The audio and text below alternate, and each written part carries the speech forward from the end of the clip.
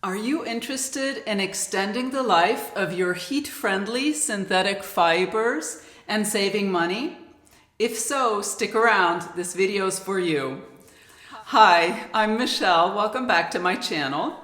Today I thought I would do a tutorial. I haven't filmed a tutorial in a while, and I've had a few comments lately saying that you really appreciate them. So I thought I would show you exactly how I like to take care of my heat-friendly synthetic fibers and restore my heat-friendly synthetic wigs. So what I'm wearing, as you may know, is Secret by Belle Tress that I've trimmed, and I have two of them. And I've been wearing this style almost every day, with very few exceptions, for almost 8 months. So I can't say exactly, but my estimate is approximately 4 months for each of these wigs. And I absolutely still adore them and don't foresee switching to a new one anytime soon. I will go over exactly how I like to take care of my wigs, maintain them on a daily basis, detangle, wash, and then heat treat my styles. So we will go over all of that together. And if you haven't done so already, I wanted to ask, please subscribe down below, like and comment, and we'll get started. So if you're new to wigs and wondering how long heat-friendly synthetic fibers typically last, it really depends on, first of all, where you look as to what advice you'll get. Some say that they last 2 to 3 months. Some say they last 3 to 4 months. It also very much depends on the length of the fibers. The shorter the fibers are, the less friction they experience and the longer the fibers last. Also, if you spend a lot of time outside in the weather and wind or exercising in your wigs, of course, that will shorten the life of the fibers. How frequently you wash your wigs will absolutely affect and shorten the life of your fibers.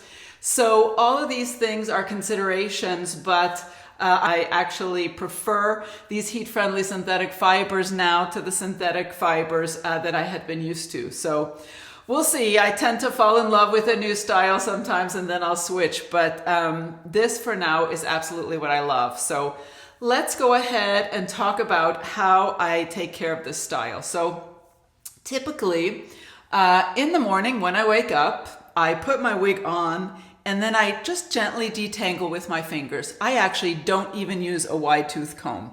You certainly could, and that is what's recommended over a brush for heat-friendly synthetic fibers, because you really want to be as gentle as possible, and any little tangles that you feel, you want to loosen and separate gently without pulling on the fibers. If you pull on a fiber, if you take a fiber and just pull on it, you will see that it curls. It becomes very frizzy and curly, and that's when you get into trouble. So you want to do everything you can to not stretch these fibers. So I just finger detangle her in the morning. That's what I do. And I experience, even with this shorter style, I do experience a little bit of friction, mostly right here, where the fibers move back and forth on my shoulder. So that's the area that I usually need to focus on. And so I just do that gently. And then I normally throughout the day, I like to do a half ear tuck on this side, because this way I never am bothered by any fibers. So that's how I care for my wig on a daily basis. And then I think about when it's time to wash her. Now, you'll get all kinds of advice about when and how frequently you should wash your wigs. As I said, washing them shortens the life, so I do it as rarely as possible. Even with the excellent products that I'm now familiar with, I still really try not to wash them more than necessary. Typically, to tell you the truth, I will take my wig and I will smell the inside of the cap to see how it smells. And if I think it's just too much, then I will wash it. That's normally the reason for me washing my wig, unless I just feel like something got on the wig that needs to be washed off. Now, if you use a lot of product, or if you handle your fibers with your hands and you have lotions on and whatnot, then I think you might need to wash it more often, because you do want these fibers to stay as clean as possible, again, so that we avoid friction and stretching. So that's what I do on a daily basis. The next step is to talk about, if the wig is at the stage where I want to wash it, then the first thing we need to do before washing is detangle. This tip I found out about from Taz of Taz's Wig Closet. A lot of people use the Simply Stylin, and I've talked about this before, but she has a video where she mentions that she uses this on her fibers before washing her wigs. And I thought, that's odd, because obviously when you're washing the wig, you are then removing some of this product, and that seems like it might be wasteful. But I tried her method, and I have to say, I'm delighted. This is what I've been doing, and I do find that when I wash her, some of the product is removed, but some of it definitely stays on the fibers, and I think it makes the whole washing process more gentle as well. So that is part of my secret sauce for how I care for and maintain my wigs. And I want to thank Taz so much for all the wonderful information she has provided over the years and continues to. I'm a huge fan. So let's go ahead and I will demonstrate how I use the Simply Stylin. So this is the Simply Stylin Pure Silicone Spray, Light Silk Spray. I have 2 bottles here because this one I purchased from Amazon, and it does have a delicate scent. It doesn't bother me, but I know that some have to have unscented, and so here is the unscented version. This one I purchased directly from their website, and you add a note when you check out requesting that you want the unscented version. So it's wonderful that we have that option. Today, I think I'll go ahead and use this one. This is what I typically use, especially if I'm washing the wig, and then the smell will also be removed. So this is it. Now, before we start, I want to mention that it is essential with the silicone spray that you avoid any hand-tied portions of your cap. Because it can loosen knots and that can cause shedding. So I like to mention that so that you can avoid that. And typically, really, I find that I only need the silicone on the ends of the fibers and at the nape. So that's what we're going to do, and I'll show you. I like to spray the Simply Stylin on a hand, and you might want to do this in an area where if it drips on the floor, it's easy to clean. And then I just kind of warm it up a little, and I start working that silicone through. And if you use a lot of this without washing your wig afterwards, you might get a little bit of a greasy look if you use a lot. So use it sparingly if you're not intending to wash the wig after, if you're just using it for detangling your style. So I'm just going to go ahead and do that all around, working the silicone through the fibers.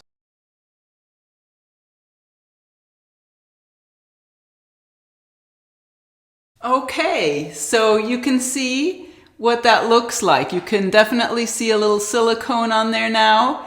And I just spread that through the fibers, the ends of the fibers, with my fingers. And next, I'll go ahead and I'll set up and I'll show you how I like to wash my wig. All right, so I'm wearing my other secret, and we're ready to wash this one. I just want to show you, you do see that you already don't see the silicone as much now, but we are going to go ahead and wash her. So the product that I like to use is the Estetica. The shampoo is the Cleanse and Clarify Wig Shampoo. I hope you can see that. I will leave this in the description box down below as well. And then the conditioner is the Nourish and Renew conditioner. There we go. And I just absolutely love these products. I find that they leave the wig feeling and the fibers feeling very soft and pliable and almost like new, especially with the silicone and then the other treatments that I will show you. So let's go ahead. Now, I do want to mention, and it seems silly, but this is a little bit controversial. really for any cap that has a hand-tied portion to it. So if it has a fully hand-tied cap, or if it has a mono top or a lace front, and in this case I have a mono part and a lace front. So if your cap has that, then you have knotting. And what you don't want to do is loosen knots on your cap because it can cause shedding.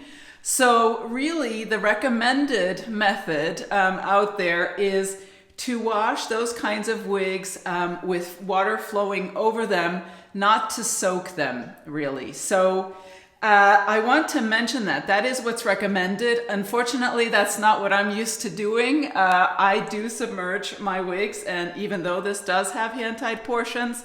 So what I need to say to you is that if you're going to use my method, please know there is a risk that you could be loosening some knots and cause some shedding, and doing so is at your own risk. So having covered that, let me go ahead and show you how I typically wash my wigs. So I take a little bit of the Cleanse and Clarify shampoo and I pour it in the sink. Not too much, hope you can see, just about maybe a tablespoon. And then we go ahead and turn on the water, and you want the water to be cool. And I just swish the water around so that it disperses that shampoo and that we really have a nice shampoo bath for our wig. All right, and then I take my wig and I try to keep it in the position that I like to wear it in, not turn it upside down or inside out or anything like that. If you feel that you need to deep clean the cap, using some shampoo and gently massaging the cap is a good way to wash the inside of that cap, but I don't find that it's necessary for me. So I just hold her like this and then submerge her gently. And I don't soak her for very long, just a little bit. I'm just sort of pressing on the wig, and then I lift her and I turn it to the other side, and I do the same thing there. And I'm really trying to keep the fibers going in the same direction as they hang, so that we really minimize any tangling. And I'll just keep doing that a few times. Next, we'll go ahead and rinse the shampoo out. And again, I'm just creating a cool bath, and we'll rinse her a few times. So now we're ready to do the conditioning. I have my conditioner, again, about a tablespoon maybe, in the sink, and fill it with cool water again. Swish it around.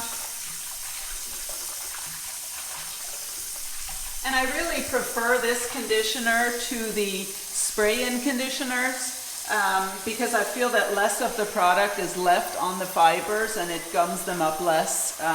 Just leaves them feeling fresh and clean a little bit more. All right, that's probably enough. And then just the same method, just gently submerge and press down and switch to the other side. And again, I don't do this very long at all, just enough to coat the fibers. And then I will rinse that. Okay, so when you're finished rinsing your wig, then you want to be very careful how you handle the fibers. I just gently squeeze water out of it because you do not want to stretch those fibers. And then take a clean towel, and this will be a little awkward here. I usually have a large flat surface that I do this on, but then I wrap the wig gently in a towel. Hope you can see that. And then I press from all sides. All right, and next I will set up my blockhead and I'll show you how I heat treat this style. Okay, so I've removed her from the towel, and now she's still damp but not soaking wet, as you can see. So at this point, I like to just give her a gentle shake just to loosen up those fibers. Don't shake too vigorously. Just always be mindful that the more friction these fibers experience, the shorter the life will be. So just gently loosen the fibers so that you can sort of achieve the shape that you want a little bit with your fingers, and then I will place her on the blockhead. Now, sometimes you hear about restoring your wig, you know, when she's dry, and then you need to use either a heat protectant or a water spray. But I like to just go ahead and heat treat my styles after I wash them, because they're already damp, and that way I'm not going through the process of drying them and then wetting them again to be heat styled, because I prefer water over the thermal sprays. So let's go ahead and place her on the blockhead. Now you will notice, if you've been watching my videos, this is not what my blockhead normally looks like. I have wrapped it in some clear food wrap. You can see that. And the reason I do that, you could also use a plastic bag. I find those are a little more slippery. But I've done this because these blockheads are filled with cork. And if that cork gets too wet, it can form mildew and a mildew smell. And this just helps protect the integrity of that cork and keeps it dry underneath when we place a wet wig on top of it. So let's go ahead and do that. Gently, be careful with the lace front always when placing it on a blockhead. And now she's on there nice and snug. And now I'm just finger combing, just gently finger combing, making sure that the fibers are all going in the same direction. All right, now the next tool you need to know about is the TressTech Cool Flow Dual Styler. I have a video on my channel all about how I like to curl my heat-friendly synthetic styles with this tool, and I will leave a link to it in the description box down below. So you will need to check your wig manufacturer's maximum heat recommendation for their fibers. This is Belle Tress, of course, and the maximum recommended heat for this is 350 degrees Fahrenheit. So on the Cool Flow, I don't know if you can see this, I have set it to 320 degrees, which is below that maximum. And then what I do, and I will definitely do a time lapse here because this is a little bit time consuming. I create sections. I create an upper section and a lower section. And then I will just very methodically go through and smooth these ends with the flat iron. I won't curl them, I'll just smooth it. And I'll do that all around. And if any of the fibers start to feel a little too dry, let's say, you know, there was a delay between you drying your wig and then doing it, then I would add a little bit of water to the fibers. So let's go ahead and get started. I do want to mention one more thing. Very often when you watch videos, they will suggest using a fine-tooth comb on the fibers when they're wet, you know, and you're doing this heat treatment. And that is the exception to the rule that you should not use fine-tooth combs on your synthetic or heat-friendly synthetic wigs. But I find that I don't need it, and I don't understand why that exception would be okay in this case, because I think it's a double whammy. These are heat-friendly synthetic fibers and they're wet, and you should never comb a wet wig either. So I really prefer just using my fingers, and if I find that there are tangles, I will just gently separate them with my hands and then go over it again. And I find that works perfectly well. No need for any fine-tooth combs. I also want to mention that you want to be careful touching these fibers. Once you've gone over them a couple of times, they do tend to get quite warm. So just be mindful when you're touching these fibers and curling them. You could wear a protective glove as well. They sell those on Amazon. So I think you get the idea, and I will just keep doing that all around and then on the surface layers as well. And I will show you the result when I've done all of my heat treating and she's ready to just go on the stand overnight to dry. So I'll be right back. I'm back. I did just want to show you something quickly. I don't know if you can see that. I hope you can. There's a little frizzy. This is what happens to fibers when they stretch. They curl up like that. I think you can see it against my top. So I was having a little trouble just straightening this, and I don't want to use a fine-tooth comb, as I said. What I do in that case is snip. So just to let you know, it doesn't happen very often, but occasionally if I see a fiber like that, I just remove the tip of it. All right, so I've heat treated all the ends all around. So we're done with that step of the process. Now I just need to remove her from the blockhead, and she's still wet for the most part. So she needs to go on a little wig stand like this, an open wig stand to allow, for ventilation and for the wig to thoroughly dry, including the wig cap. So I like to place my wig down on a flat surface and then insert the wig stand and then pick her up. I just find that's gentle, and that way I can be really careful not to rub the stand on the delicate lace front, which could cause it to warp or fray over time. You want to treat those lace fronts very delicately. So I'm just putting it on that stand. All right, and that's what that looks like.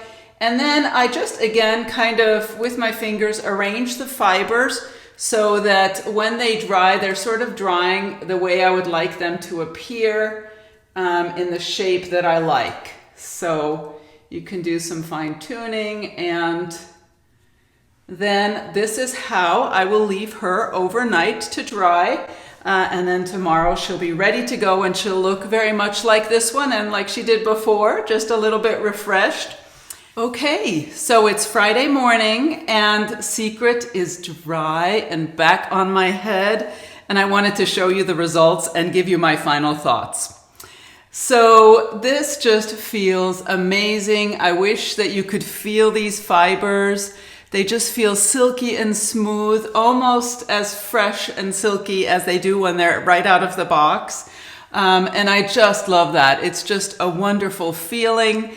And I really think that that method works. I do want to mention I did trim a small section that was uneven, and that reminded me to let you know that I do sometimes also trim the fibers slightly, and I think that also is a good way to extend the life of your synthetic and heat-friendly synthetic fibers.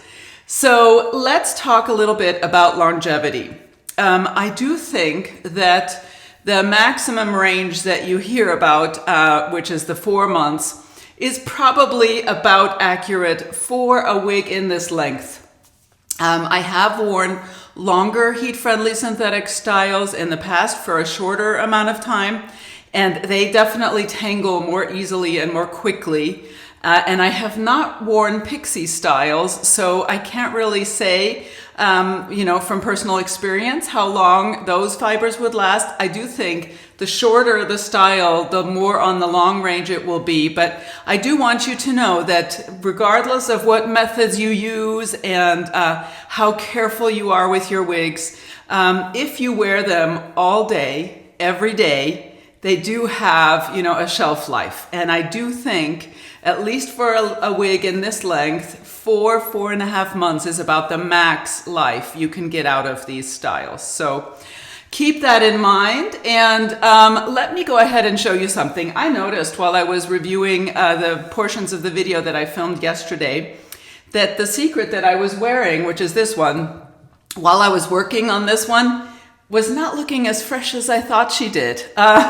And that makes me think that I probably have worn her longer than I've worn this one.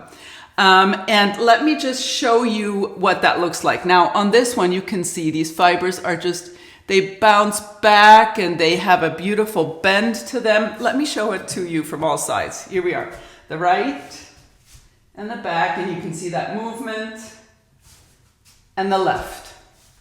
And she tucks very easily, which I love to do. Okay, and then this one, the one that I was wearing, if you take the fibers and you separate them, do you see how the fibers are clinging together? It's kind of in a woven pattern. They're not frizzy. Let me move it as close as I can. So they're not frizzy. They're smooth, because I did wash and heat treat this one previously as well. It's just that when you want to separate the fibers, they tend to stick together, for lack of a better word. You see that? So I think that this style definitely is closer to reaching its shelf life. The other thing, and it's a little hard to show it on the blockhead, but I found that in addition to not moving quite as naturally as this one still does, the fibers tended to stick out a little bit sometimes, especially near the shoulder. Maybe I can show you. You see, it's not really bending inward as much as I would like, especially when I wear her and move around. She tends to want to, you can see it clearly now here, she tends to want to stand out a little like that, and that's not a natural look. So I think I might be ready to retire this one actually. And when I run my fingers through you, I'm getting stuck. That's a good test if you just kind of run your fingers through like that and the fibers don't separate there. So when I do it on this one, let's do the one finger test. Maybe that's just a good test. It just glides through, you know. Well, there's a little snag here, but much less. For the most part, it's just gliding through and it feels nice. And I'm still getting that nice bend. I'm not getting it, you know, it's not standing out at all. So it's soft, it's not stiff, and it feels silky. So that's the test, at least for me, for when I'm ready to retire a wig. I might get a little more life out of this one, but I do think she's closer to retirement, just like me. So, all right, final thoughts. I do think that it behooves you to really take the best care possible of your heat-friendly synthetics in order to extend the life. And just to summarize again, that would include only either finger combing or using a wide tooth comb. Detangle regularly with your fingers, and I like to use the Simply Styling to help detangle my wigs. Then when you need to wash them, and only wash them when you really think it's necessary, I would detangle with Simply Styling first, and then wash in a good shampoo and conditioner. I really prefer the Estetica brand that I showed you. Then I like to immediately heat treat so that you're heat treating fairly regularly. And I like to do it on wet fibers, and I only finger comb. I don't risk stretching any fibers by using a fine tooth comb. And then let it dry overnight, naturally air dry on a wig stand. And then in the morning, you have a fresh, beautiful wig to wear. So I hope, as always, that this has been helpful and informative, and I'll look forward to seeing you next time. Bye-bye.